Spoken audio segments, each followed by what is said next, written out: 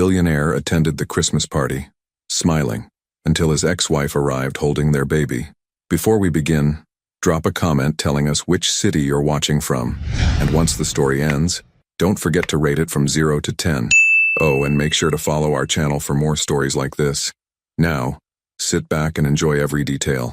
The medication bottle rattled in Willow Lancaster's trembling hands as she counted the small white pills. 2 left. Her anxiety medication was running low again, and the prescription refill appointment wasn't until next week. She closed her eyes, feeling the familiar weight of exhaustion pressing against her chest. From the nursery came a soft whimper that made her heart skip. Liam was stirring from his afternoon nap, if 30 minutes could even be called a nap. At 2.5 months old, her son still fought sleep like it was his enemy, his tiny lungs working harder than they should, his premature body still catching up to where it needed to be. Willow set the bottle down and moved quickly but quietly to his crib. Liam's eyes were open, those impossibly blue eyes that reminded her of someone she'd been trying to forget for 7 months. His little fist waved in the air, and despite everything, the sleepless nights, the constant worry, the crushing loneliness, she smiled. "Hey, my sweet boy," she whispered, lifting him carefully. He felt heavier than last week, which was always a good sign. Dr. Martinez had been pleased with his weight gain at their last appointment, though the bills from those weekly checkups were piling up faster than Willow could manage. Her phone buzzed on the changing table.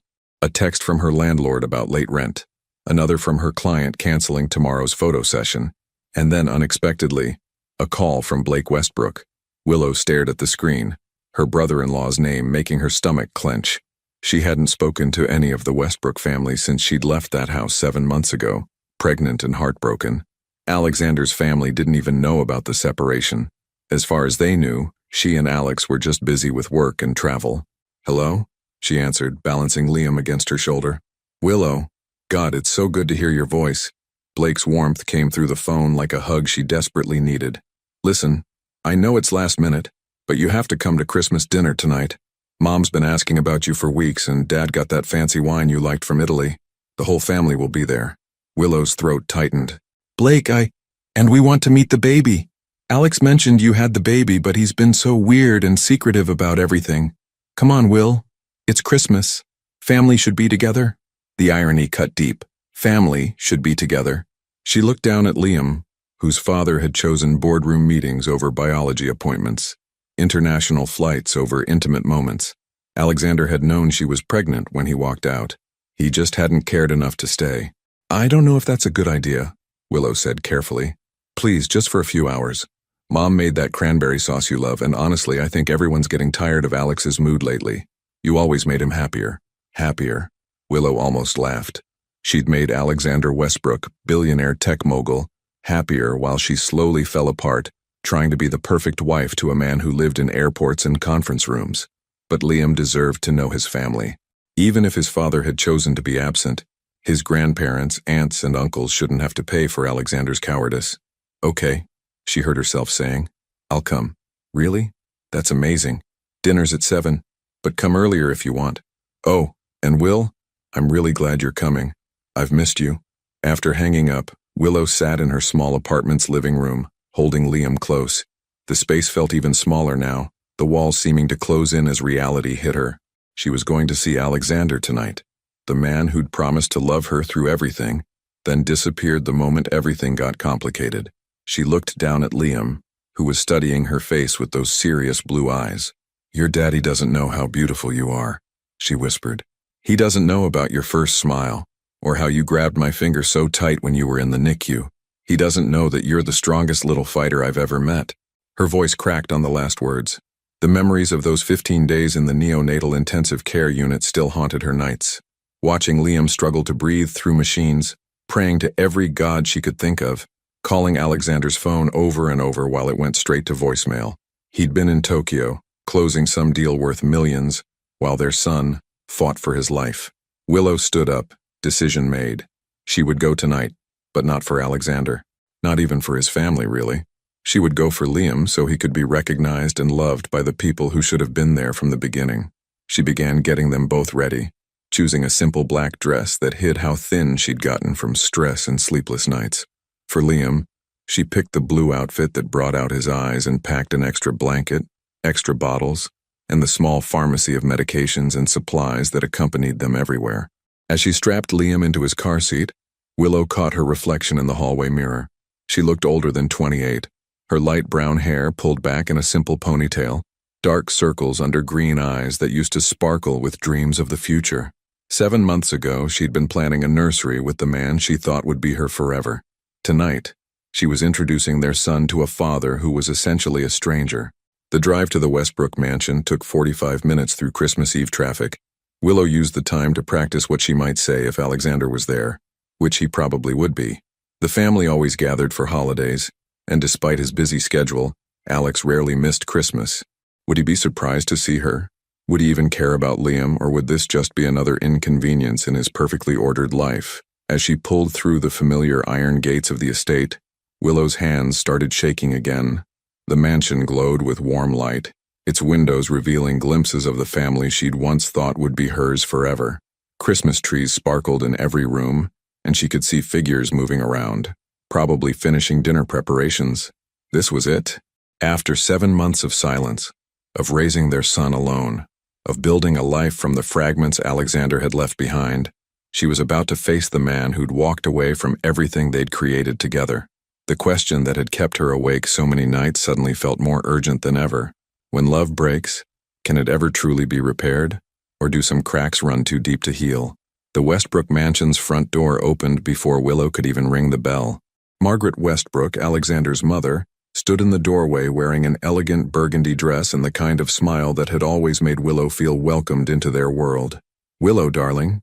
Margaret's voice carried genuine warmth as she stepped forward, then stopped abruptly when her eyes fell on the baby carrier in Willow's hands. "Oh my goodness, this is Liam," Willow said softly, her heart hammering as she lifted the carrier slightly. Liam was awake but quiet, his blue eyes taking in the golden light spilling from the mansion's crystal chandeliers. Margaret's hand flew to her chest, her eyes filling with tears. "He's absolutely beautiful. Those eyes, oh Willow, those are definitely Westbrook eyes." She gestured them inside quickly. Come in. It's freezing out there, and babies get cold so easily." The familiar scent of cinnamon and pine hit Willow as she stepped into the marble foyer. Everything looked exactly the same. The sweeping staircase with its garland-wrapped banister, the enormous Christmas tree that nearly touched the cathedral ceiling, the family photos lining the hallway. Except now, seeing it all again felt like visiting a museum of her former life. "Richard," Margaret called toward the living room. "Come quickly. Willow's here with the baby." Footsteps approached and Alexander's father appeared, his silver hair perfectly styled and his face lighting up when he saw them. Richard Westbrook had always been kind to Willow, treating her more like a daughter than a daughter-in-law. Well, he said, his voice warm with affection. "There's our girl." His eyes shifted to the baby carrier and softened immediately. "And this must be our grandson." Willow nodded, suddenly overwhelmed by their genuine joy. She'd expected questions, maybe even judgment about why they hadn't seen the baby before now. Instead, she found the same unconditional love the Westbrook family had always shown her. "Can we—" Margaret hesitated, her hands fluttering nervously. "Can I hold him?" "Of course." Willow carefully lifted Liam from his carrier, supporting his head the way she'd learned to do in the NICU. "He's still a bit delicate because he was premature, but he's getting stronger every day." Margaret accepted Liam with the practiced ease of someone who'd raised 4 children. The moment he was in her arms, her face transformed with pure grandmotherly bliss. "Oh, he's perfect. Look at these little fingers and that button nose. Richard, look at his hair. It's got that little cowlick just like Alex had as a baby." The mention of Alexander's name sent a chill through Willow's chest, but she forced herself to smile. "He weighs almost 10 pounds now. The doctors are really pleased with his progress." "Premature?" Richard's brow furrowed with concern. "How premature?" 7 months, Willow said quietly. "He spent 15 days in the NICU, but he's a fighter." Margaret looked up sharply. 15 days? "Willow, honey, why didn't you call us? We would have been there in a heartbeat." The question Willow had been dreading hung in the air. She couldn't explain that their son hadn't told them about the separation, that she'd been completely alone during the most terrifying time of her life. "It all happened so fast," she said instead. "And Alex was traveling so much for work." "That boy works too hard," Richard muttered, but his attention was immediately captured by Liam making a small sound. "He's waking up. Hello there, little man. I'm your grandpa." "Uncle Blake," a voice called from the kitchen. "Is Willow here yet?" Blake appeared in the doorway, grinning widely until he saw the baby in his mother's arms. His expression shifted to one of wonder. "Whoa, he's real. I mean, I knew he was real, but seeing him," he approached carefully as if Liam might break. "He really does have Alex's eyes. That's kind of amazing. Where is your brother, anyway?" Margaret asked, still gazing adoringly at Liam. "He should be here by now." Willow's stomach clenched. She'd been hoping against hope that maybe Alexander wouldn't show up, that she could introduce Liam to his family and leave before facing the man who'd abandoned them both. "He texted that he was running late," Blake said. "Some last-minute call with the London office. You know Alex." "Yes," Willow thought bitterly. "I know Alex. Work always comes first." "Well, he's missing precious moments with his son," Margaret said firmly. "Willow, tell me everything. When was he born? What was labor like? I want to hear every detail." For the next hour, Willow found herself surrounded by warmth and attention as the family passed Liam around like the precious gift he was. Alexander's sister Emma arrived with her husband and 2 young children, who were immediately fascinated by their new baby cousin. His youngest brother David showed up with his girlfriend, both cooing over Liam's tiny hands and feet. The normalcy of it all, the Christmas music playing softly, the children laughing, the adults sharing stories, made Willow's chest ache with longing. This was what she'd imagined their life would be like. Family gatherings where she belonged, where Liam would grow up surrounded by love and tradition. Instead, she felt like she was visiting someone else's life. "You must be exhausted, dear," Margaret said during a quiet moment when Liam was sleeping peacefully in Emma's arms. "I remember those early days with premature babies. Everything is so much more intense when they're fragile." Willow nodded, not trusting her voice. The exhaustion went so much deeper than just sleep deprivation. It was the bone-deep weariness of carrying everything alone, of making every decision by herself, of being the only one standing guard over their son's well-being. "I hope Alex has been helpful," Emma added, adjusting Liam's blanket. "I know he can be clueless about baby stuff, but I'm sure he's trying." The statement hung in the air like a challenge Willow couldn't answer honestly. How could she explain that Alexander hadn't seen his son take his first breath, hadn't held him during those terrifying nights in the hospital, hadn't witnessed any of the small miracles that marked Liam's journey into the world? "He's been busy," Willow said carefully, the understatement of the century. Just then, the front door opened with the decisive sound that always announced Alexander's arrival. Confident footsteps echoed in the marble foyer, followed by his voice calling out cheerfully, "Sorry I'm late. Traffic was insane," and that call ran longer than expected. The family room fell silent. Willow's heart stopped completely as those familiar footsteps approached. 7 months of separation, 7 months of silence, 7 months of raising their child alone, and now he was here, probably expecting to slide back into family Christmas as if nothing had changed. He appeared in the doorway still wearing his business suit, his dark hair slightly messed from the December wind, that confident smile already spreading across his face as he prepared to charm his way through being late. Then his eyes found Willow sitting on the couch, and the smile froze. Then his gaze shifted to Emma, who was holding a tiny baby in a blue outfit, and the color drained from his face completely. Time seemed suspended in crystalline silence. Alexander Westbrook stood frozen in the doorway, his briefcase still clutched in one hand, his eyes locked on the tiny bundle in his sister's arms. The confident mask he wore so effortlessly in boardrooms and business meetings cracked completely, revealing something raw and vulnerable underneath. "Alex?" Margaret's voice cut through the tension. "Honey, come meet your son." Son. The word hit Alexander like a physical blow. He'd known intellectually that Willow had given birth. He'd received the brief text message months ago, just 2 words, "baby born." But seeing Liam in person, breathing and real and unmistakably carrying Westbrook features, made everything devastatingly concrete. Willow watched Alexander's face cycle through emotions she'd never seen before. Shock, recognition, something that might have been grief, and underneath it all, a fear so profound it made her own chest tighten despite her anger. Alexander's voice came out hoarse. He cleared his throat and tried again. "I didn't know you were coming tonight." The understatement was so inadequate that Emma actually snorted. "Alex, what do you mean you didn't know? This is your wife and your baby." Of course they'd be here for Christmas. Wife. Willow flinched at the word. Technically true. They'd never filed divorce papers, had never made their separation official, but the title felt like wearing clothes that no longer fit. Alexander's eyes found Willow's across the room, and she saw him realize that his family didn't know. They didn't know about the fights that had escalated until they could barely be in the same room. They didn't know about the night he'd told her that maybe they'd rushed into marriage, that maybe he wasn't ready for the responsibility of a family. They didn't know that he'd walked out the door and hadn't come back. "Can I?" Alexander set his briefcase down with shaking hands. "Can I hold him?" Emma looked between Alexander and Willow, finally sensing the undercurrent of tension that had been building since he walked in. "Of course you can hold your own son. Here." She stood up carefully, supporting Liam's head as she'd seen Willow do, and moved toward Alexander. But instead of handing the baby over immediately, she paused, studying her brother's face. "Alex, you look like you've seen a ghost. What's wrong with you?" "Nothing's wrong," he said quickly, but his hands were visibly trembling as he reached for Liam. It's been a long day." The moment Liam settled into Alexander's arms, everything changed.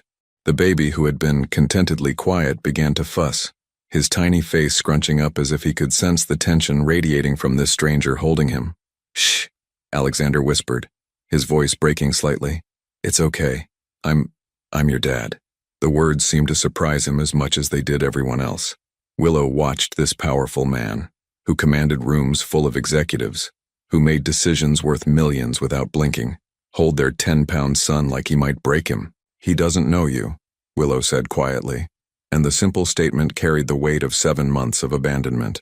Alexander's eyes snapped up to meet hers, and she saw him understand exactly what she meant. Liam didn't know his father's voice, his scent, his touch. To their son, Alexander was a complete stranger. "Doesn't know him," Richard laughed, oblivious to the tension. "Of course he knows his daddy. Babies always know family." But Liam's fussing was escalating into genuine distress, his small body tensing as Alexander tried awkwardly to soothe him.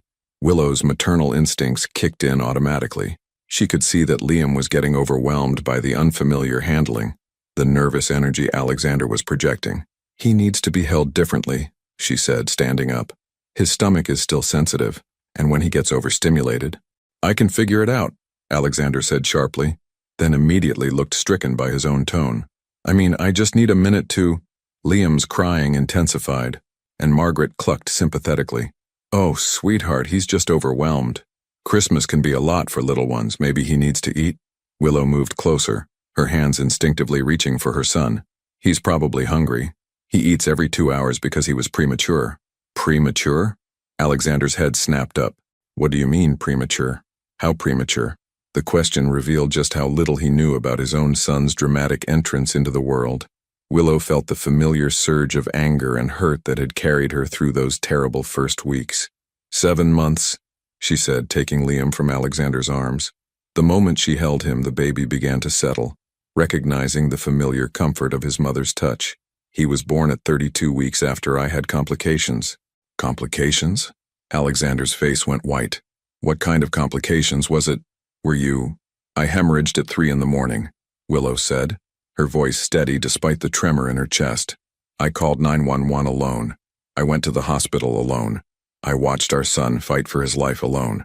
The room had gone completely silent. Even the Christmas music seemed to fade into background noise as the weight of Willow's words sank in. Willow, Margaret breathed.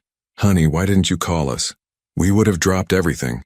I tried calling the only person I thought should be there, Willow said, her eyes never leaving Alexander's stricken face. But he was in Tokyo, closing a deal worth more than our son's first breath. Alexander looked like she'd slapped him. You don't understand. That deal was for us, for our future. Our future? Willow's carefully maintained composure finally cracked. What future, Alex? The one where you disappear for weeks at a time?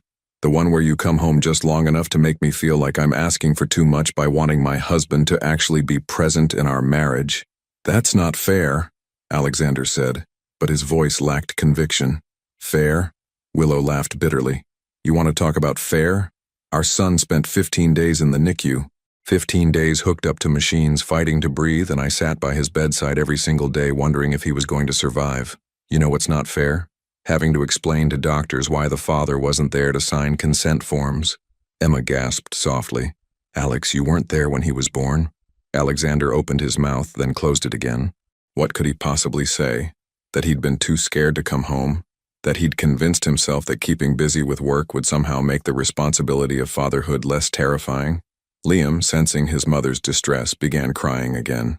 Willow immediately shifted into caretaker mode, swaying gently and making soft shushing sounds that calmed him almost instantly.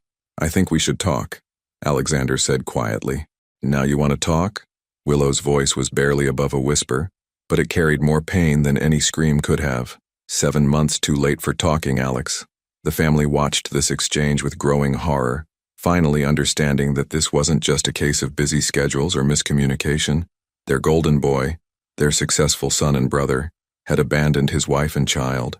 Alexander took a step toward them, and Willow instinctively took a step back, holding Liam protectively against her chest. The movement was subtle, but it spoke volumes about how much trust had been broken. The silence in the Westbrook family room was suffocating. Margaret sat down heavily on the nearest chair, her hand pressed to her heart as if trying to keep it from breaking. Richard's face had darkened with disappointment and anger, an expression rarely seen from the typically gentle patriarch. "Alexander James Westbrook." Margaret's voice carried the kind of authority that could still make her grown son feel like a scolded child. "How could you not tell us? How could you let that poor girl go through all of this alone?" "It's complicated," Alexander said weakly, running his hands through his hair. "You don't understand the situation." "Then explain it," Emma interrupted, her voice sharp with protective fury. "Explain how you weren't there when your son was born. Explain how Willow had to handle a medical emergency by herself while you were off playing businessmen." Willow bounced Liam gently, trying to calm both him and herself. The baby had picked up on the tension in the room and was becoming increasingly fussy. "I should go," she said quietly. "This was a mistake. I shouldn't have come." "No," David spoke up for the first time, his young voice firm. "Don't leave because of him. This is your family too." The statement hit Willow like a punch to the gut. Your family too. She'd thought that once, had believed she belonged here, but that was before Alexander had made it clear that she and their unborn child were obstacles to his ambitions rather than reasons to build a life. "Willow, please." Alexander stepped forward again, desperation creeping into his voice. "Let me explain." "Explain what?" Willow turned to face him fully, and her calm composure was more devastating than any tantrum could have been. "Explain how you told me that maybe we'd moved too fast, that maybe marriage was a mistake. Explain how you said you weren't ready to be a father the same night I showed you the ultrasound pictures." Margaret gasped audibly. "Alexander, you didn't." "I was scared," Alexander said, his voice cracking. "I was terrified, and I handled it all wrong." "Scared?" Willow let out a bitter laugh. "I was scared too. I was 28 years old, pregnant with my first child, dealing with morning sickness so bad I couldn't work for weeks. My hormones were all over the place, my body was changing in ways that terrified me, and the one person who was supposed to support me through it all told me it was all a mistake." Tears were flowing freely down Margaret's cheeks now. "Oh, sweetheart," she whispered to Willow. "I'm so sorry." "The worst part," Willow continued, her voice growing stronger even as tears began to slip down her own cheeks, "wasn't even the words. It was watching you pack your suitcase the next morning like you couldn't get away from us fast enough." Alexander flinched as if she'd struck him. "I didn't pack a suitcase. I took a few things for a business trip. A business trip that lasted 3 weeks." Willow cut him off. "And then another one. And another. Until it became clear that you'd rather live in hotels across the globe than in the same house as your pregnant wife." The room was completely silent except for Liam's soft whimpering. Blake was staring at his older brother like he'd never seen him before. Emma looked furious enough to actually hit someone. Richard was shaking his head in disappointment. "I sent money," Alexander said desperately. "I made sure all the bills were paid, that you had everything you needed." "Money?" Willow's voice rose slightly, making Liam startle. She immediately lowered her tone, soothing their son with practiced ease. "I needed my husband. I needed the father of my child. I needed someone to hold my hair when I was throwing up every morning and tell me everything was going to be okay. I was trying to provide for you," Alexander insisted. "The Singapore deal alone would have set us up for life. We were already set up for life." Willow's composure finally shattered completely. "You're worth more money than most people see in 100 lifetimes. What we needed wasn't more money. What we needed was for you to show up." Margaret stood up abruptly. "I need some air," she said, her voice tight with emotion. "Richard, would you?" "Of course." Richard stood as well, placing a gentle hand on Willow's shoulder. "Sweetheart." I hope you know that if we'd had any idea what was happening, we would have been there. Every single day. The kindness in his voice nearly undid Willow completely. I know, she whispered. As Alexander's parents left the room, clearly needing space to process their son's failures, the siblings remained behind. Emma was the first to break the heavy silence. Alex, what the hell is wrong with you? Her voice was quiet, but fierce. I've watched you build a billion-dollar company from nothing. I've seen you negotiate deals that seemed impossible, but you couldn't figure out how to be there for your own family? You don't understand the pressure, Alexander started. The pressure? Emma stood up, her petite frame radiating fury. You want to talk about pressure? Try being alone in a hospital room at 3 a.m, bleeding and terrified that you're losing your baby. Try watching your newborn son struggling to breathe in an incubator while machines keep him alive. That's pressure. Liam had finally settled against Willow's chest, his tiny hand fisted in her black dress. She looked down at him, this miracle who'd fought so hard to be here, and felt the familiar surge of fierce protectiveness that had carried her through the darkest moments. He almost didn't make it, she said quietly, not looking at Alexander. His first week was touch and go. The doctors weren't sure his lungs would develop enough. I sat in that NICU chair for 16 hours a day, talking to him, reading to him, singing lullabies I'd learned from my grandmother. She lifted her head, meeting Alexander's stricken gaze directly. I held his hand through the incubator ports and promised him that his mommy would never leave him, that no matter what happened, he would always have me fighting for him. Willow, Alexander's voice was barely audible, but I couldn't promise him his daddy would be there, she continued, each word landing like a physical blow, because his daddy had already proven that running away was easier than staying and fighting for us. Alexander sank into the nearest chair, as if his legs couldn't hold him anymore. I know I failed you, I know I failed him, but I'm here now. Are you? Willow asked. Or are you here for Christmas dinner with your family, and we just happen to be an unexpected complication? The question hung in the air unanswered because they all knew the truth. Alexander hadn't come here to see his son. He'd come for the same reason he always came, because it was expected, because it was tradition, because it was easier than dealing with the messy reality of his actual life. David, who'd been quietly absorbing everything, finally spoke up. When Mom asked where you and Willow were for Thanksgiving, you said you were working. When she asked about the baby shower, you said Willow wanted something small and private. You've been lying to all of us for months. I wasn't lying, Alexander said weakly. I didn't know how to explain that you're a coward. Blake's voice was cold with disappointment. How to explain that you abandoned your pregnant wife. How to explain that you've never even held your own son before tonight. Alexander looked around the room at his siblings' faces that had always looked up to him, had always believed in him, and saw only disappointment and anger. For the first time in his adult life, all his success and wealth and charm couldn't fix the damage he'd caused. Willow adjusted Liam in her arms, preparing to leave. I should get him home. It's past his bedtime and all this stress isn't good for him. Don't go, Alexander said quickly, standing up. Please, we need to talk about this. About us. About how to move forward. Willow paused at the doorway, not turning around. There is no us anymore, Alex. You made that choice 7 months ago. There's just me and our son, and the life I've built without you. The finality in her voice was crushing, but it was the truth they all needed to hear. Alexander followed Willow into the marble foyer, his footsteps echoing with desperate urgency. She was already reaching for Liam's car seat with one hand, while balancing their son against her shoulder with the other, a practiced movement that spoke of months of doing everything alone. Willow, wait, he called out, his voice breaking slightly. Please, just 5 minutes. Let me explain what really happened. She paused with her hand on the door handle, not turning around. What really happened is that you chose yourself over us. There's nothing more to explain. That's not true, Alexander said, moving closer but stopping when he saw her shoulders tense. I was terrified, yes, but not of you or the baby. I was terrified of becoming my father. The words hung in the air between them like a confession he'd never meant to make. Willow slowly turned around, her green eyes searching his face for the truth behind the statement. Your father? She said quietly. Richard has been nothing but wonderful to me. He's kind, present, loving. Now, Alexander interrupted, he's those things now.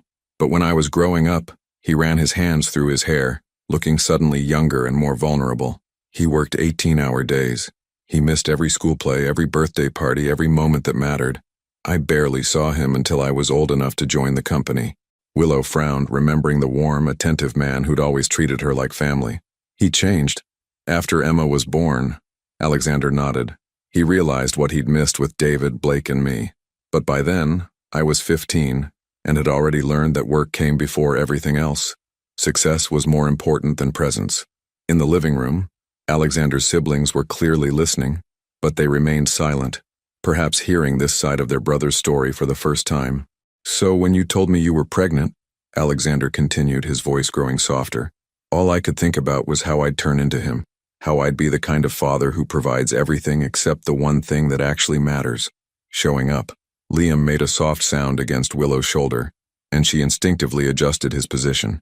The gesture was so natural, so perfectly attuned to their son's needs, that it made Alexander's chest ache with recognition of how much he'd missed. "So instead of trying to be better than him," Willow said, her voice carefully controlled, "you decided to be worse. You decided not to be a father at all. I thought if I could just get ahead of the business side, if I could secure enough deals to step back later." "Later?" Willow's laugh was hollow. "Alex, there's always going to be another deal, another opportunity, another reason to delay being present for the people who love you." Margaret appeared in the doorway leading to the kitchen, her eyes red from crying. "Is everything all right out here?" "Willow was just leaving," Alexander said, defeat clear in his voice. "No," Margaret said firmly, stepping forward. "I won't let that happen. Not again." She looked at her son with a mixture of love and disappointment. "Alexander, your father and I failed you in some ways when you were young. We see that now, but that doesn't give you the right to repeat our mistakes." She turned to Willow, her voice gentle but determined. "And you, sweetheart, deserve better than to carry this burden alone. That little boy deserves to know his family." "He does know his family," Willow said softly. "He knows me. He knows my mother, who drove 8 hours to help when he came home from the hospital. He knows my sister, who stayed up all night with us when he had colic. He knows the people who showed up." The words cut deep, but Alexander forced himself to hear them. "What about the people who want to show up now?" "Wanting and doing are two different things," Willow replied. "I learned that the hard way." Emma emerged from the living room, her expression thoughtful. "Willow, can I ask you something? When Alex left, did you really think it was over forever?" Willow considered the question carefully. "Honestly, no. For the first month, I kept expecting him to come home. I thought maybe he just needed time to process everything." Her voice grew quieter. "I used to fall asleep listening for his car in the driveway." Alexander closed his eyes, the image of Willow waiting for him while he was halfway around the world, making his stomach clench with guilt. "When did you stop listening?" Emma asked gently. "When I was rushed to the hospital," Willow said simply. "I called him 16 times that night. 16 times. And every call went straight to voicemail." She looked directly at Alexander. "That's when I realized that nothing, not even our child fighting for his life, was important enough to interrupt your schedule." "The time difference?" Alexander started. "Don't." Willow cut him off sharply, making Liam stir against her shoulder. She immediately softened her voice, swaying gently to keep him calm. "Just don't. There's no time difference that explains 17 hours of silence when your wife is hemorrhaging." David appeared in the doorway, having clearly been listening. 17 hours?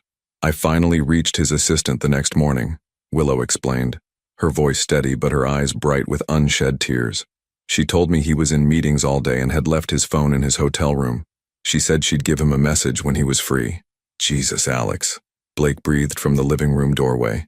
"By the time he called back," Willow continued, "Liam had already been born. He'd already been stabilized and moved to the NICU. I'd already been through the worst night of my life completely alone." Margaret pressed her hand to her mouth, fresh tears streaming down her cheeks. "Oh, my dear girl." "The doctor asked if the father would be coming," Willow said, her voice barely above a whisper. "I told him I didn't know, and I meant it. I had no idea if Alex would even bother to come home for his son's birth."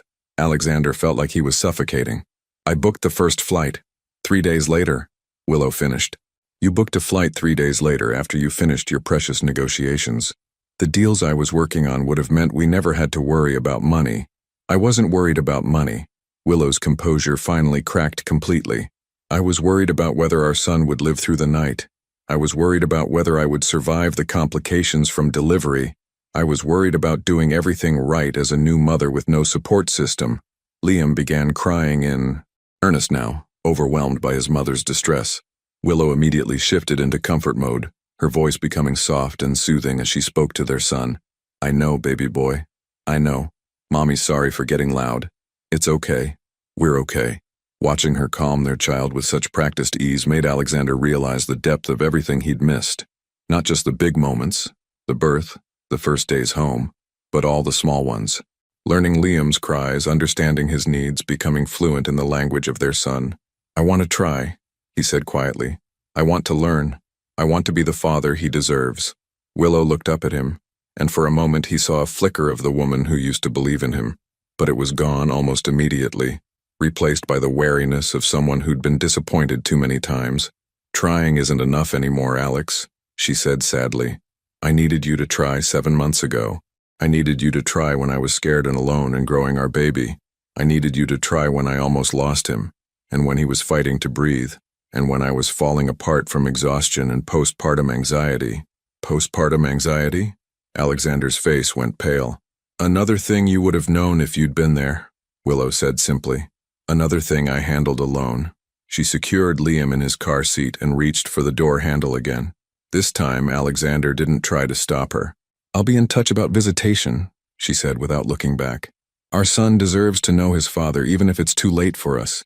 The door closed behind her with a soft click that sounded like the end of everything Alexander had ever wanted but been too afraid to fight for. The silence that followed Willow's departure was deafening. Alexander stood frozen by the front door, staring at the space where she and Liam had been just moments before.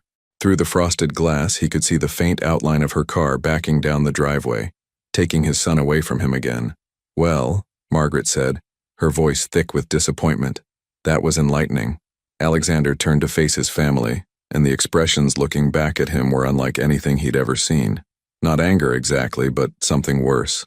Deep, profound disappointment mixed with genuine hurt on Willow's behalf. Mom, I can explain, he began. Can you? Richard's voice cut through the foyer like a blade. Can you explain to me how my son, who I raised to be honorable and responsible, could abandon his pregnant wife? Can you explain how you could miss the birth of your own child? Alexander had faced down hostile takeovers, aggressive competitors, and impossible negotiations, but nothing had ever made him feel as small as his father's quiet disappointment. You don't understand the pressure I was under, Alexander said weakly. The Singapore deal alone was worth— I don't give a damn about Singapore, Richard interrupted, his voice rising for the first time in Alexander's memory. I care about the fact that my grandson spent his first weeks of life in an incubator while his father was playing businessman on the other side of the world. Emma moved past them into the living room, shaking her head in disgust. I can't even look at you right now, Alex. That girl, that amazing, strong woman went through hell and you weren't there. She's right, Blake said following his sister. I always wondered why Willow seemed different when she called. Distant. Now I know it's because she was protecting you from us finding out what a selfish bastard you'd become. Alexander followed them into the living room, desperate to make them understand. I was scared. We heard that part, David said coldly. You were scared of becoming Dad. So instead you became worse than Dad ever was. At least he was physically present, even if he was emotionally absent. Margaret sank onto the couch, looking older than Alexander had ever seen her. How could you lie to us for 7 months? Every time I asked about Willow and the baby, you deflected. I thought maybe you were just being private about new parenthood. I wasn't lying. You told us Willow was fine, Emma said, her voice shaking with fury. You told us the baby was healthy and that you were adjusting to being parents. You let us think everything was perfect while that poor girl was struggling with postpartum anxiety and raising a premature baby alone. The weight of his deception was crushing. Alexander had convinced himself that keeping his family in the dark was protecting everyone, protecting them from worry, protecting himself from judgment, protecting Willow from having to explain their separation. But all he'd really done was isolate her further and rob his son of extended family support during the most crucial months of his life. Where have you been living? Margaret asked suddenly. Alexander hesitated. The downtown penthouse. The corporate apartment? Richard's voice was flat with disbelief. You've been living in a corporate apartment for 7 months instead of in your home with your family? It wasn't my home anymore, Alexander said quietly. Willow made it clear she didn't want me there. Because you told her your marriage was a mistake, Emma shot back. Because you told a pregnant woman that you weren't ready to be a father. What did you expect? That she'd beg you to stay and hurt her more? Alexander slumped into a chair, finally allowing himself to truly absorb what he'd done. He'd spent 7 months justifying his choices, telling himself he was protecting everyone, that he was making the responsible decision by focusing on financial security. But sitting here, facing his family's disappointment, and remembering the pain in Willow's eyes, he couldn't hide from the truth anymore. He'd run away, plain and simple. He'd been terrified of the responsibility, terrified of failing as a husband and father, and instead of fighting through that fear, he'd chosen the coward's way out. "I don't know how to fix this," he admitted, his voice barely audible.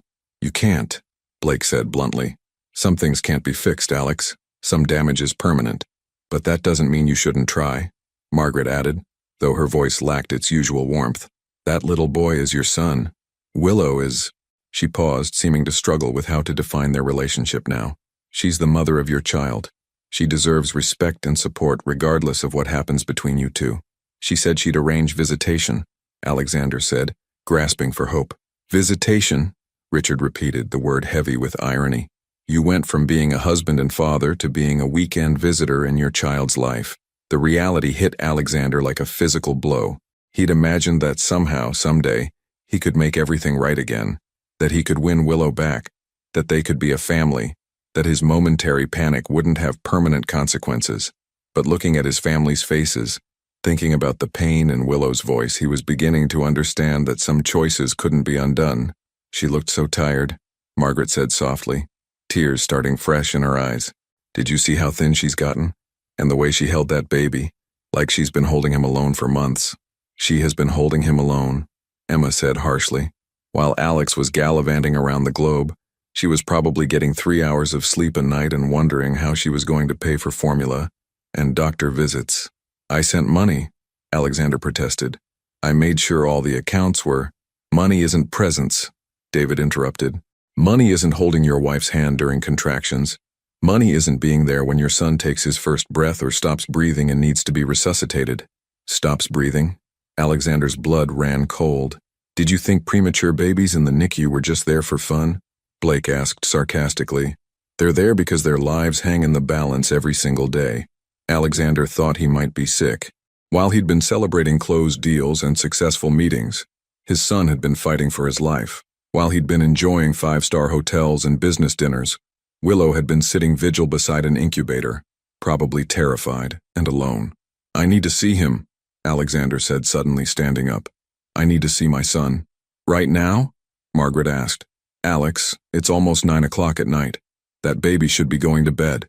"And Willow made it very clear that showing up uninvited isn't welcome," Emma added. "You lost the right to surprise visits when you moved out." Alexander felt trapped by the consequences of his own actions. For 7 months, he'd been able to avoid the reality of what he'd walked away from. He'd thrown himself into work, traveled constantly, convinced himself that he was doing the responsible thing by building financial security for a future reconciliation he'd always assumed was inevitable. But tonight had shattered those delusions. Tonight he'd seen the depth of the damage he'd caused, felt the weight of everything he'd missed, understood that Willow had built a life that didn't include him, not because she didn't love him, but because she'd had to. "She used to look at me like I hung the moon," he said quietly, more to himself than to his family. "And you proved that you didn't," Margaret replied sadly. "You proved that when it mattered most, when she needed you most, you weren't the man she thought you were." Alexander closed his eyes, remembering the early days of their relationship, how Willow's face would light up when he walked into a room, how she'd believed in him completely, supported his ambitions, made him feel like he could accomplish anything. He'd taken that faith, that love, and destroyed it with his own fear and selfishness. "I love her," he said, the words feeling inadequate and too late. "Love isn't enough," Richard said firmly. "Love without action is just words, and words don't raise babies or heal hearts that have been broken by abandonment." The grandfather clock in the corner chimed 9 times, each note echoing through the room like a funeral bell tolling for everything Alexander had lost through his own choices. 3 days after Christmas, Alexander sat in his car outside Willow's apartment building at 6:30 in the morning, clutching a cup of coffee that had long since gone cold. He'd been there for 2 hours, waiting for any sign of movement behind the third-floor windows where his son was learning to exist in the world without him. This was his 4th morning of the same routine: drive to her neighborhood, park across the street, and try to catch a glimpse of the life he'd abandoned. He knew it was borderline stalking. He knew Willow would be furious if she spotted him, but he couldn't stay away. Yesterday, he'd seen her briefly through the window, walking back and forth with Liam against her shoulder. Even from a distance, he could see the exhaustion in her movements, the way she swayed constantly to keep their son calm. She was wearing what looked like the same clothes from 2 days before, and her hair was pulled back in a messy bun that suggested sleep was a luxury she couldn't afford. His phone buzzed with a text from his assistant. Beijing meeting moved to 9 a.m. Car will be there in 20 minutes. Alexander stared at the message, then at the building where his family lived without him. 6 months ago, he wouldn't have hesitated. Business came first. Deals waited for no one. And missing a meeting with international investors would have been unthinkable. He typed back, "Cancel Beijing. Cancel everything for the week. I need time." His assistant's response came immediately. "Sir, the Beijing deal is worth $400 million. Are you sure?" Alexander looked up at Willow's window again, remembering her words from Christmas night. There's always going to be another deal. She'd been right. There would always be another Singapore, another Beijing, another opportunity that seemed urgent and irreplaceable until the next one came along. "I'm sure. Handle it." He was about to drive away when the building's front door opened and Willow emerged, looking harried and juggling a diaper bag, her purse and Liam's car seat. She was struggling with the weight of everything, trying to navigate the icy front steps while keeping the baby stable. Alexander was out of his car before he'd consciously made the decision to move. "Let me help," he called out, jogging across the street. Willow froze at the sound of his voice, then turned around slowly. Her face cycled through surprise, wariness, and finally exhaustion too deep for anger. "Alex, what are you doing here?" He hesitated, realizing how the truth would sound. "I was hoping to see you." To see him. Willow's eyes narrowed as she took in his expensive car parked across the street. The fact that he was dressed in a business suit at 6:30 in the morning. "Have you been watching my apartment?" The accusation hung between them, and Alexander knew that lying would only make things worse. "Not watching, just hoping for a chance to talk." "This isn't talking," Willow said, shifting Liam's car seat to her other hand. "This is stalking." "You're right," Alexander admitted immediately. "I'm sorry, I didn't know how else to reach you. You haven't returned my calls." "Because I have nothing to say to you right now," Willow replied, but her voice lacked the sharp edge it had carried on Christmas night. She just sounded tired, bone-deep, soul-crushing tired. Alexander noticed the dark circles under her eyes, the way her coat hung loose on her frame, the slight tremor in her hands that could have been from cold or exhaustion or both. "Where are you going?" he asked gently. "Maybe I could drive you." "Liam has a pediatrician appointment," Willow said, then immediately looked like she regretted sharing the information. "Is everything okay? Is he sick?" For a moment, Willow's maternal instincts overrode her anger with him. "He's fine. It's just a regular checkup. Weight check mostly. Premature babies need more frequent monitoring for the first year." "Can I?" Alexander took a careful step closer. "Can I come with you?" Willow stared at him like he'd spoken in a foreign language. "Come with me?" "To the appointment. I know I have no right to ask, but I want to learn about his care routine. I want to understand what he needs." "You want to understand what he needs?" Willow's voice rose slightly, making Liam stir in his carrier. She immediately lowered her tone, soothing their son with practiced ease. "What he needs is consistency, Alex. What he needs is someone who shows up every day, not just when it's convenient." "I know that," Alexander said quietly. "I'm trying to be that person now." "Are you?" Willow challenged. "Or are you going to disappear again the moment work calls? The moment things get difficult or boring or routine?" Alexander thought about the Beijing meeting he'd just canceled, about the messages from his assistant that he was ignoring, about the empire he'd built that seemed suddenly insignificant compared to this conversation on a snowy sidewalk with his estranged wife and son. "I canceled a $400 million deal to be here," he said. Willow blinked in surprise. "What?" "This morning. I was supposed to be in Beijing by 9. I canceled it." "Alex," Willow's expression softened slightly, but wariness remained. "You can't just cancel one meeting and expect everything to be forgiven." "I'm not expecting anything," Alexander said. "I'm asking for a chance. One chance to prove that I can be the father Liam deserves." Willow studied his face for a long moment, and Alexander held his breath, waiting for her decision. Finally, she sighed. "One appointment," she said. "You can come to this one appointment. But if you check your phone even once, If you take a single business call, if you give me any indication that work is more important than being present for our son, this is the last chance you'll get. Understood, Alexander said immediately. And this doesn't mean anything about us. Willow continued, her voice firm despite the exhaustion. This is about Liam having the opportunity to know his father. Nothing more.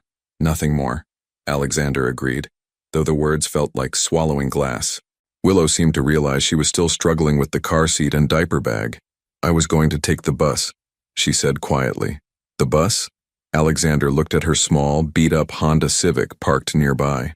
Why not drive? Car won't start, Willow said, embarrassment coloring her cheeks. Battery died 2 days ago and I haven't had a chance to get it fixed. Alexander thought about his sleek BMW sitting across the street, about the fact that he owned more cars than he could drive while Willow was taking public transportation with a premature baby in December. The disparity between their circumstances hit him like a physical blow. Let me drive you, he said, please. Willow hesitated for another moment, then nodded. Fine, but we take my car seat. I'm not putting Liam in a vehicle that hasn't been properly baby-proofed. As they transferred the car seat to Alexander's BMW, he watched Willow check and double-check every strap and buckle with the kind of careful attention that spoke of hard-earned expertise. She knew exactly how to position everything for maximum safety, how to test the installation, how to ensure their son was perfectly secure. How did you learn all this? He asked quietly. YouTube videos, Willow said without looking up. The NICU nurses taught me the basics, but I spent hours watching tutorials about car seat safety, proper installation, everything. When you're responsible for keeping a premature baby safe, you don't take any chances. The casual way she mentioned being alone for all of it, the learning, the worrying, the sleepless research into every detail of infant care, made Alexander's chest tighten with regret. As they drove to the pediatrician's office, Liam began fussing in his car seat.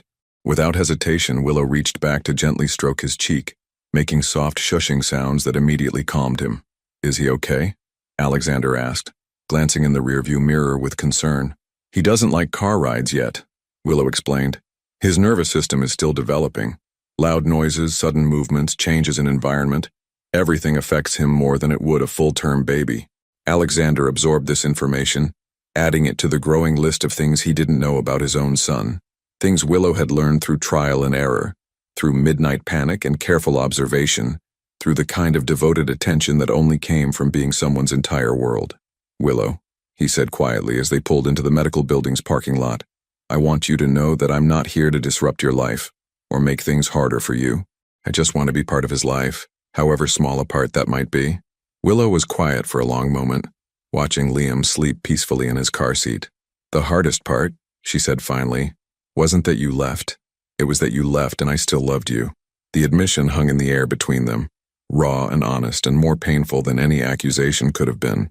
The pediatrician's office was painted in cheerful pastels with cartoon animals dancing across the walls, but the atmosphere between Alexander and Willow remained thick with unresolved tension. They sat in the waiting room with careful space between them, Liam sleeping peacefully in his carrier despite the soft chaos of other children playing nearby.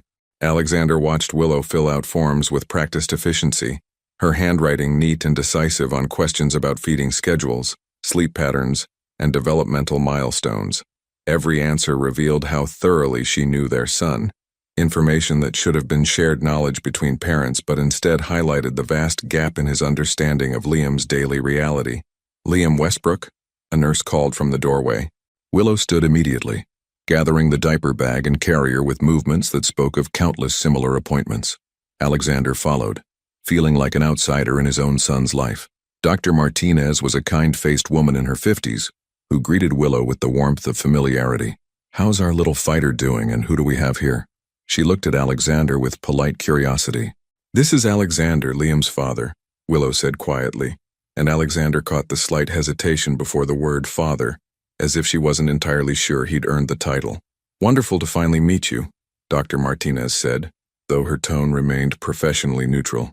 I've heard so much about Liam's progress from Mom here. She's been absolutely devoted. Alexander felt the weight of everything implied in that statement. While Willow had been building relationships with their son's medical team, learning his needs, advocating for his care, Alexander had been a ghost in Liam's medical history. Let's get this little man on the scale, Dr. Martinez said, lifting Liam from his carrier with practiced ease. "How's he been eating, Willow?" "Better this week," Willow replied, moving to help undress Liam. "He's taking about 4 ounces every 2 hours during the day, 3 hours at night when I'm lucky." Alexander watched his son squirm on the scale, tiny and perfect but still so much smaller than full-term babies his age. Liam's ribs were visible beneath translucent skin, and his limbs had the delicate quality of something that had arrived in the world before he was fully ready. 11 pounds, 2 ounces, Dr. Martinez announced, making notes on Liam's chart. "That's excellent progress. He's gained almost 6 ounces since last week." 6 ounces? Alexander asked, surprised that such a small amount could be significant. "For a premature baby, consistent weight gain is crucial," Dr. Martinez explained. "Their digestive systems are still maturing, so every ounce represents successful development." As the examination continued, Alexander found himself fascinated and terrified in equal measure. Dr. Martinez listened to Liam's lungs with extra attention, checking for signs of respiratory distress that apparently remained a concern for premature babies. She examined his reflexes, measured his head circumference, assessed his muscle tone with gentle movements that made Liam fuss softly. "His lung function has improved dramatically," Dr. Martinez told Willow. "The breathing episodes have decreased significantly since last month." "Breathing episodes?" Alexander interrupted, his voice sharp with concern. Willow and Dr. Martinez exchanged a look that clearly communicated their shared history of dealing with Liam's health challenges without him. "Apnea of prematurity," Dr. Martinez explained gently. "It's common in babies born as early as Liam was. Sometimes their brains forget to tell them to breathe, especially during sleep." Alexander felt the room tilt slightly. "Forget to breathe? It's usually not dangerous if caught quickly," Dr. Martinez continued, "but it requires constant monitoring. Willow has become quite expert at recognizing the signs and stimulating him to resume breathing."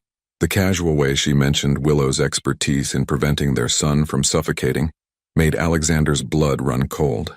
While he'd been sleeping in luxury hotel beds around the world, Willow had been staying awake night after night, watching their baby breathe, ready to act if his fragile respiratory system failed. "How often?" he asked quietly. "It was several times a week at first," Willow said, not meeting his eyes. "Now maybe once a week, usually when he's overtired or overstimulated."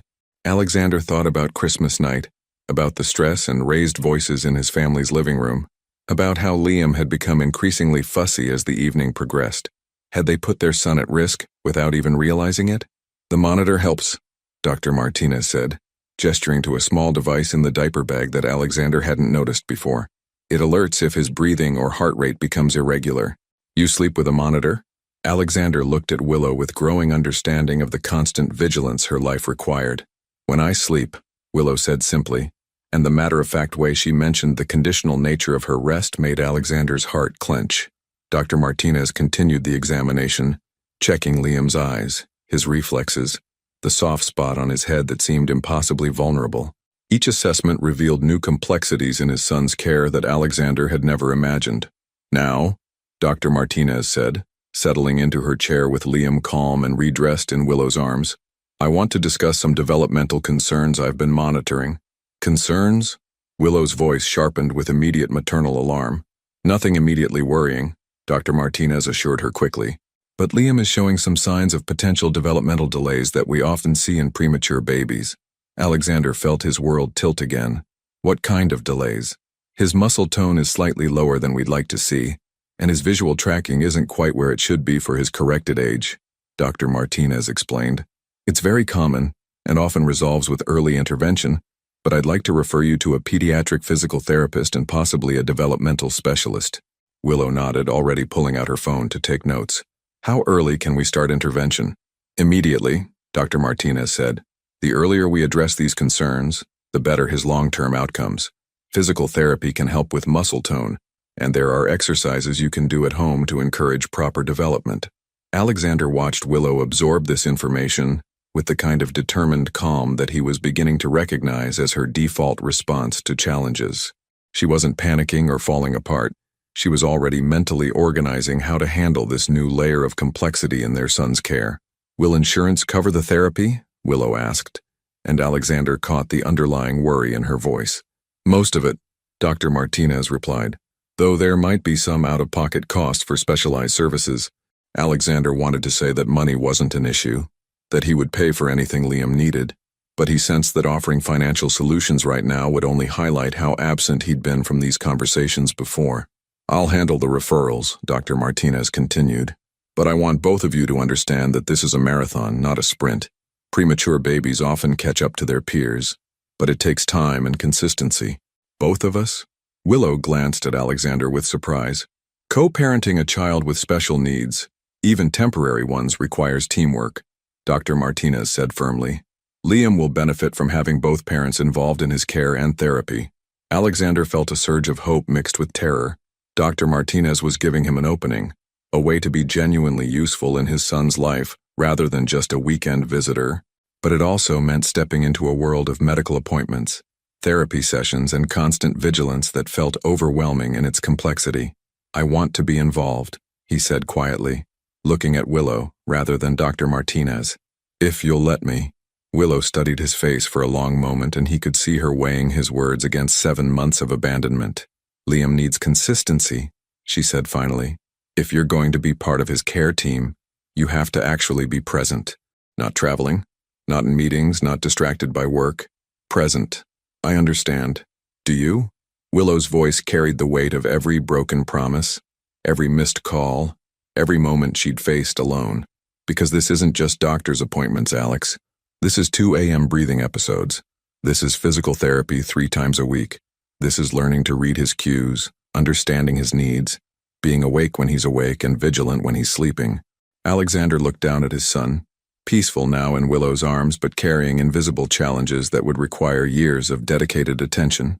The magnitude of what he'd walked away from was becoming clearer with every revelation. "I want to learn," he said. "I want to be the father he needs." Dr. Martinez smiled slightly, apparently sensing the gravity of the conversation happening in her examination room. "Well then," she said, "let's start with scheduling that first physical therapy appointment. And I want to see Liam again in 2 weeks to monitor his progress."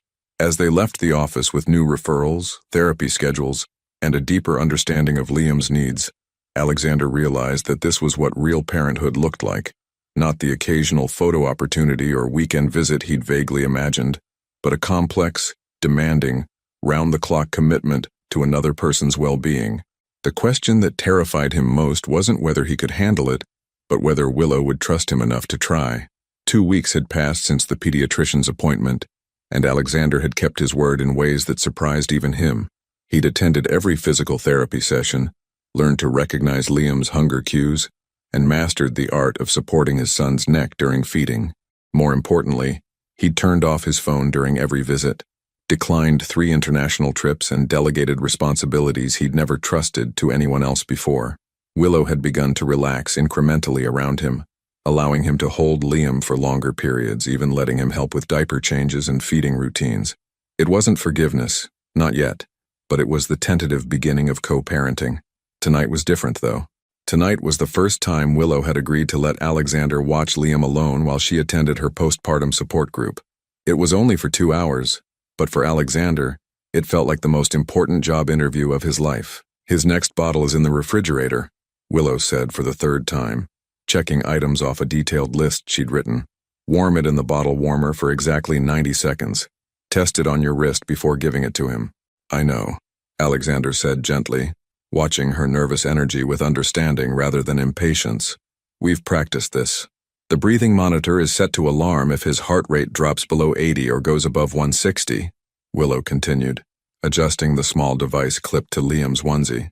"If it goes off, check if he's actually breathing first. Sometimes it's just a false alarm from movement."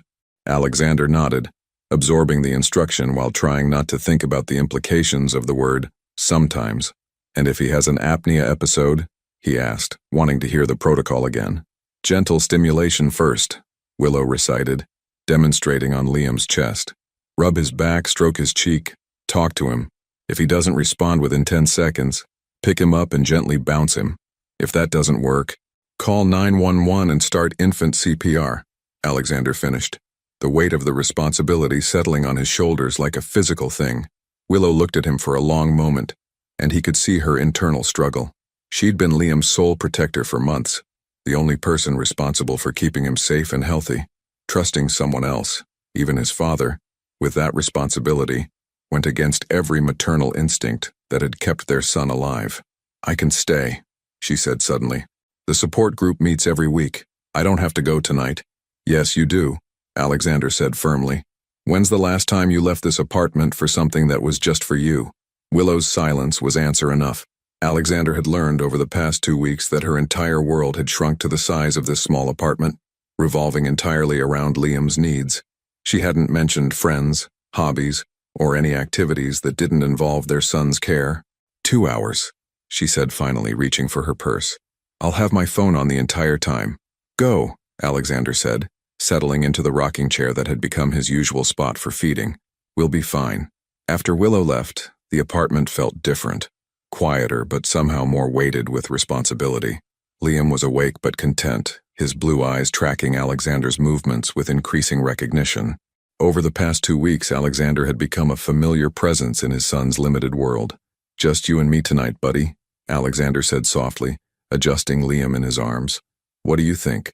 Should we work on that tummy time Dr. Martinez wants you to practice?" He was spreading a soft blanket on the floor when his phone rang. The sound made Liam startle slightly, and Alexander quickly declined the call without looking at who it was. But the phone rang again immediately, then a third time. Alexander glanced at the screen and felt his stomach drop. It was his business partner, calling from Singapore where it was early morning.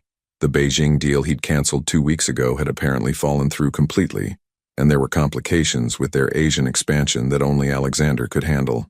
He let it go to voicemail, but the phone buzzed immediately with a text. "Emergency. Company board called meeting for tomorrow. If you're not there, they're voting you out. Everything we've built is at risk." Alexander stared at the message, his mind racing. 5 years of work, hundreds of employees, investors who trusted him with their money. It could all disappear if he didn't get on a plane tonight. The rational part of his brain was already calculating flight times and boardroom strategies. Then Liam made a soft sound, and Alexander looked down to see his son watching him with those serious blue eyes that were so much like his own. "What do you think, Liam?" he whispered. "Should Daddy go save his empire? Or should he stay here and help you practice lifting your head?" As if in response, Liam's face scrunched up and he began to cry. Not the sharp wail that indicated hunger or pain, but the tired, overwhelming cry that meant he was overstimulated and needed comfort. Alexander immediately put down his phone and lifted Liam, holding him against his chest and swaying gently. "Shh, it's okay. Daddy's here." The word daddy still felt foreign on his tongue, but less so than it had 2 weeks ago. He was beginning to understand that being a father wasn't just a title you claimed. It was something you became through countless small moments of showing up. His phone buzzed again with another urgent message, but Alexander ignored it, focusing entirely on soothing his son. He walked to the window, pointing out the streetlights and cars below, his voice soft and steady as he described everything he could see. "That's Mrs. Patterson from down the street walking her dog," he murmured. "She always waves at you when Mommy takes you for walks. And that blue car belongs to the college student in 2B. He works nights at the hospital." Gradually, Liam's crying subsided, replaced by the kind of focused attention that Dr. Martinez had said was crucial for his visual development. Alexander found himself genuinely enjoying this simple interaction, more engaged than he'd ever been in any boardroom negotiation. His phone rang again, and this time the sound made Liam startle so violently that his breathing monitor alarm went off. The sharp beeping filled the apartment, and Alexander felt his heart stop as he realized Liam had gone completely still in his arms. "Come on, buddy," Alexander said, trying to keep his voice calm while gently rubbing Liam's back. "Breathe for Daddy. Come on." 10 seconds felt like 10 hours. Alexander was reaching for his phone to call 911 when Liam suddenly gasped and resumed breathing normally, his color returning as oxygen filled his tiny lungs. The breathing monitor stopped its alarm, but Alexander was shaking as he held his son close. The phone was still ringing, the urgent messages still coming, but all of that seemed impossibly insignificant compared to the miracle of Liam's steady breathing against his chest. He turned off his phone completely. For the next hour and a half, Alexander gave Liam his complete attention. They practiced tummy time on the soft blanket, with Alexander cheering each time his son managed to lift his head for a few seconds. They worked on visual tracking with a colorful toy that Willow had positioned just right to encourage focus. Alexander fed him a bottle, burped him with patience learned through trial and error, and changed a diaper that was somehow both routine and remarkable. When Willow returned from her support group, She found them both asleep in the rocking chair, Liam peaceful against Alexander's chest, Alexander's hand protectively cupped around their son's back. "How did it go?" she asked quietly, not wanting to wake Liam. Alexander opened his eyes, immediately alert in the way of new parents. "Good," he said softly. He had one breathing episode, but he came out of it quickly. "We did tummy time," and he held his head up for almost 5 seconds. 5 seconds? Willow's face lit up with pride. "That's the longest yet." "Your phone was buzzing earlier," Willow mentioned, noticing the device face down on the coffee table. "I hope it wasn't important." Alexander looked at his silent phone, thinking about the board meeting he was missing, the empire that might crumble without his intervention, the 5 years of work that could disappear by morning. Then he looked at his son, breathing steadily in his arms, and felt something shift permanently in his chest. "Nothing was more important than this," he said, and for the first time in his adult life, he meant it completely. Willow studied his face in the dim light of the apartment, and Alexander saw something in her expression he hadn't seen since before Liam was born, a flicker of the woman who used to believe in him completely. "Alexander," she said quietly, "I need to tell you something about tonight." "What about tonight?" "There was no support group meeting," Willow admitted. I needed to see if you would really choose him over everything else, if you would really be here when it mattered." Alexander felt the weight of the test he'd unknowingly passed, understanding that this moment had been about much more than just babysitting. It had been about proving that when everything else demanded his attention, he would choose his family. "And?" he asked quietly. Willow was quiet for a long moment, watching Liam sleep peacefully in his father's arms. "And I think," she said finally, "maybe we can try to figure this out together." 6 weeks later, Alexander sat in the sterile waiting room of the children's hospital, his hands clasped tightly together as he watched Willow pace back and forth with barely contained anxiety. Liam had been rushed into emergency surgery after his latest breathing episode had escalated into something far more serious than they'd ever experienced before. "They said it would only take an hour," Willow said for the 4th time, checking her watch. "It's been almost 2 hours. Alexander wanted to comfort her, but the truth was that he was just as terrified. Over the past month and a half, he'd become intimately familiar with Liam's medical needs, had learned to read every sign and symptom, had even successfully handled several breathing episodes on his own. But this morning had been different, more severe, lasting longer, requiring an ambulance ride that had tested every prayer Alexander had ever learned. "Mr. and Mrs. Westbrook," Dr. Martinez appeared in the doorway, still wearing surgical scrubs, her expression carefully neutral. Willow immediately stopped pacing. "How is he?" "The surgery was successful," Dr. Martinez said, and Alexander felt his knees nearly buckle with relief. "We were able to correct the issue with his airway that was causing the severe apnea episodes. He should recover fully." "Should?" Alexander caught the conditional word immediately. "With premature babies, we always remain cautious," Dr. Martinez explained. "But his prognosis is excellent. The surgery should eliminate the breathing episodes entirely, and we expect him to develop normally from this point forward." Willow sank into the nearest chair, tears streaming down her face. Alexander moved to her side instinctively, and for the first time in 9 months she didn't pull away when he put his arm around her shoulders. "Can we see him?" she asked. "He's in recovery now, but you can visit in about 30 minutes. He'll be groggy from the anesthesia, but he should be fully awake by this evening." After Dr. Martinez left, Alexander and Willow sat in silence, processing the relief and exhaustion that followed hours of terror. It was Alexander who finally spoke. "I need to tell you something," he said quietly. "This morning, when we were in the ambulance, all I could think about was how I almost missed this, how I almost missed being here for the most important moments of his life." Willow looked at him with tired eyes. "Alex, no, let me finish," he said gently. "I spent so many years thinking that providing money was the same thing as providing love. That building financial security was how you showed you cared about your family's future." He paused, gathering the courage for what he needed to say next. "But watching you these past weeks, seeing how you've been his entire world, understanding what real commitment looks like, I realized that I was never building security for us. I was building walls to hide behind." "What are you saying?" Willow's voice was barely above a whisper. "I'm saying that I want to be the man you needed me to be 9 months ago," Alexander said. "I want to be the father Liam deserves. And I want to be the husband who shows up for the hard stuff, not just the celebrations." Willow was quiet for a long moment, studying his face with the kind of careful attention she usually reserved for monitoring Liam's breathing.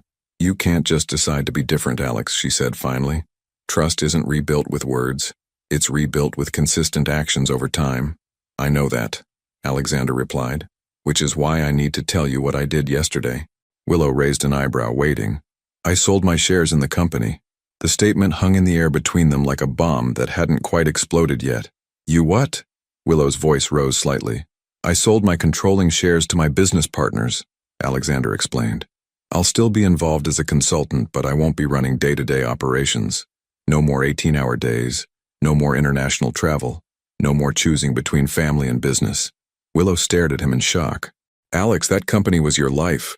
You built it from nothing." "It was never my life," Alexander said, his voice gaining strength. "It was my excuse for not living my actual life, for not being present for the people who mattered. But the money, we have more money than we could spend in 3 lifetimes," Alexander interrupted gently. "What we didn't have was time together. What Liam didn't have was a father who was actually present." Willow's eyes filled with fresh tears, but these were different from the fear-based tears she'd shed earlier. These carried the weight of possibilities she'd been afraid to hope for. "What does this mean for us?" she asked quietly. Alexander took her hands in his, noting how they were still slightly shaky from the stress of the morning. "It means I want to come home," he said. "It means I want to wake up at 2 a.m. when Liam cries and take turns walking him back to sleep. It means I want to attend every doctor's appointment, every therapy session, every small moment that makes up a life together." "Alex," Willow's voice wavered. "It means I want to be married to you again, not just legally but actually," Alexander continued. "I want to be your partner in all of this, the scary parts and the beautiful parts and the exhausting parts that somehow make it all worthwhile." Before Willow could respond, a nurse appeared to tell them they could see Liam. They walked down the hospital corridor together, and Alexander noticed that for the first time in months there was no careful distance between them. In the recovery room, Liam was sleeping peacefully, looking impossibly small in the hospital bed but breathing with an ease that hadn't been present since his birth. Willow immediately moved to his side, stroking his soft hair and whispering words of comfort, even though he couldn't hear them yet. Alexander stood on the other side of the bed watching his family, because that's what they were, regardless of the legal paperwork or living arrangements. They were a family, bound together by love and commitment, and the fierce protectiveness that parenthood demanded. "He looks peaceful," Alexander said softly. "He looks perfect," Willow replied, then looked up at Alexander with an expression he'd been afraid he might never see again. "We all look perfect." As if he could hear his mother's voice, Liam's eyes fluttered open, immediately seeking familiar faces. When his gaze found both his parents standing over him, his mouth curved in what might have been his first real smile. "Did you see that?" Willow gasped. "His first smile," Alexander breathed, feeling his chest fill with an emotion too big for words. "For both of us," Willow said, reaching across Liam's bed to take Alexander's hand. "His first smile was for both of us together." Alexander squeezed her fingers gently, understanding that this moment was both an ending and a beginning. The end of 9 months of separation and pain, and the beginning of something harder but infinitely more worthwhile, the daily work of building a life together, one small choice at a time. "So," he said quietly, his eyes moving between his wife and son, "what happens now?" Willow smiled, and it was the first time Alexander had seen her face completely free of the worry and exhaustion that had marked the past months. "Now," she said, "we go home, all of us, and we figure out how to be a family." Outside the hospital window, snow was beginning to fall, not the harsh, bitter snow of that Christmas night when everything had seemed broken beyond repair, but the gentle, promising snow of late winter that carried hints of spring to come. 18 months later, the afternoon sun streamed through the kitchen windows of their renovated home, casting golden light across the hardwood floors where Liam sat surrounded by colorful blocks, babbling happily as he stacked them with the determined focus of a toddler who had long since left his premature birth behind. Willow stood at the kitchen island, editing photos on her laptop, images from a wedding she'd shot the previous weekend. After months of Alexander's encouragement and support, she'd slowly rebuilt her photography business, this time with the flexibility to work around their family's schedule. "Dada, Dada," Liam called out, his voice clear and strong as he held up a red block triumphantly. Alexander looked up from the proposal he was reviewing. a consulting contract that would keep him in town and allow him to work primarily from home. His face lit up with the kind of unguarded joy that had become his default expression whenever Liam achieved a new milestone. "That's amazing, buddy," Alexander said, setting aside his work completely to join his son on the floor. "You built a tower." Liam giggled with delight, immediately knocking down his creation so he could start building again. The simple sound of his laughter still had the power to stop both Alexander and Willow in their tracks, a reminder of how miraculous it was to have their healthy, thriving son filling their home with noise and chaos and unconditional love. "He's been doing that for 20 minutes, Willow said, smiling as she watched Alexander help Liam arrange the blocks in new patterns. "I think he likes the sound they make when they fall." "Smart kid," Alexander replied, deliberately knocking over his own tower to make Liam squeal with laughter. "Sometimes the best part is watching something fall down so you can build it back up again." The comment carried weight beyond the simple game, and Willow felt the familiar flutter of gratitude for the man her husband had become. The transformation hadn't been instant or easy. There had been difficult conversations, therapy sessions to work through their trust issues, and countless small moments where Alexander had to choose their family over his old habits. But he'd shown up for all of it, proving with daily actions that his commitment was genuine. "Mama, look!" Liam had managed to stack 3 blocks in a wobbly tower, his face glowing with pride at his accomplishment. "I see, sweetheart." Willow abandoned her laptop to join them on the floor, marveling at how natural this felt now. The 3 of them together, no underlying tension or careful distance, just the comfortable intimacy of family life. Liam was a different child than the fragile baby who'd spent his first weeks in the NICU. The surgery had eliminated his breathing episodes completely, and months of physical therapy had strengthened his muscle tone until he was meeting all his developmental milestones right on schedule. His pediatrician had officially declared him caught up to his full-term peers, with no lasting effects from his premature birth. "I have news," Alexander said, settling cross-legged beside them with Liam immediately crawling into his lap. "Good news or bad news?" Willow asked, though his expression suggested it was positive. "The Morrison Group accepted my consulting proposal," Alexander said, unable to hide his excitement. "They want me to help design work-life balance policies for tech executives. Apparently, my experience with recovering from workaholism makes me uniquely qualified." Willow laughed, remembering how that phrase had come up during one of their therapy sessions. "You're going to help other people learn to be present with their families. Ironic, right?" Alexander grinned. "But I figure if I can go from missing my son's birth to being the dad who knows exactly when his nap time is, maybe I can help other people figure it out too." Liam chose that moment to stand up in Alexander's lap, his chubby hands gripping his father's shirt for balance. At 15 months old, he was walking confidently and had recently started trying to run, though his attempts usually ended with him sitting down abruptly and looking surprised. "Speaking of news," Willow said, her voice carrying a note that made Alexander look at her more closely, "I have something to tell you too." "What kind of something?" Alexander asked, his attention fully focused on her in the way that had become second nature to him. Willow reached into her camera bag and pulled out a small white stick, placing it on the coffee table where Alexander could see the 2 pink lines clearly displayed. Alexander stared at it for a moment, processing the information. "Are you 8 weeks?" Willow confirmed, her voice soft with wonder and just a hint of nervousness. "I found out yesterday." For a moment, Alexander was silent, and Willow felt a familiar flutter of anxiety. But when he looked up at her, his eyes were bright with tears and an expression of pure joy that erased any doubts about his reaction. 8 weeks, he repeated, as if testing how the words felt. "We're having another baby." "We are," Willow said, watching his face carefully. "How do you feel about that?" Alexander looked down at Liam, who was now trying to eat one of his blocks, then back at Willow with an expression of complete certainty. "I feel like the luckiest man alive," he said simply. "I get to be present for this one from the very beginning. I get to be the husband you need and the father both of our children deserve." "Both?" Willow smiled, placing her hand on her still flat stomach. "Getting ahead of yourself there." "Not getting ahead," Alexander said, reaching over to cover her hand with his.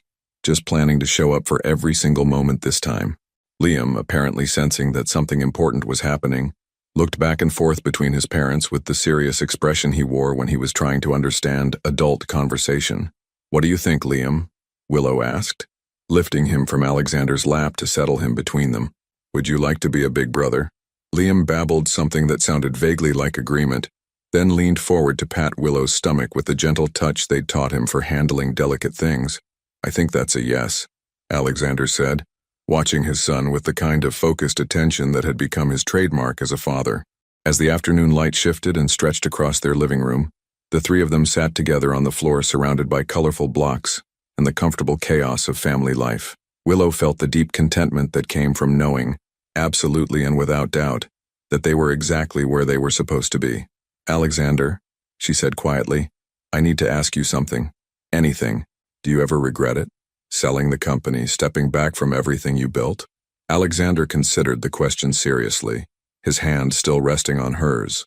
Around them, their home hummed with the quiet sounds of happiness, Liam's soft babbling, the tick of the clock on the mantel, the distant sound of neighbors' children playing outside.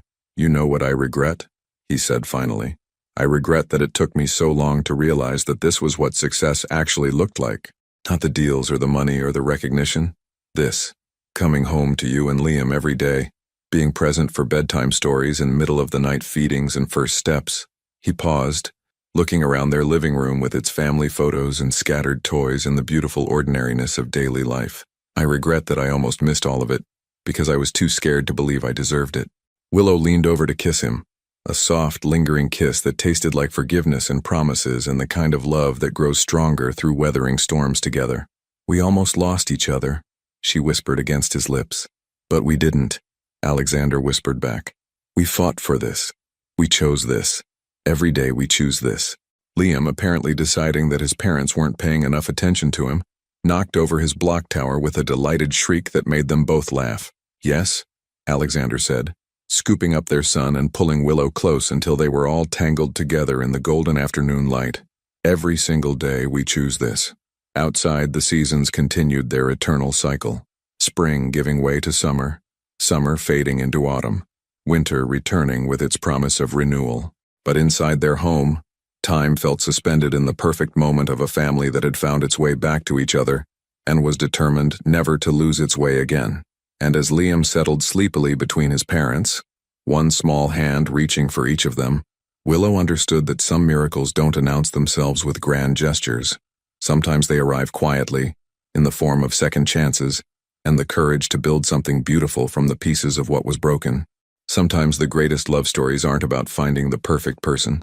They're about two imperfect people choosing to fight for each other, to grow together, and to build something stronger than what broke them apart. When love is tested by real life, by fear and failure and the weight of actual responsibility, the choice to stay and work and hope becomes the most romantic act of all. What would you have done in Willow's place? When someone you love fails you completely but then proves they've truly changed, how do you find the courage to trust again? Your participation means a lot to the channel. Please share your thoughts in the comments. Thank you for watching.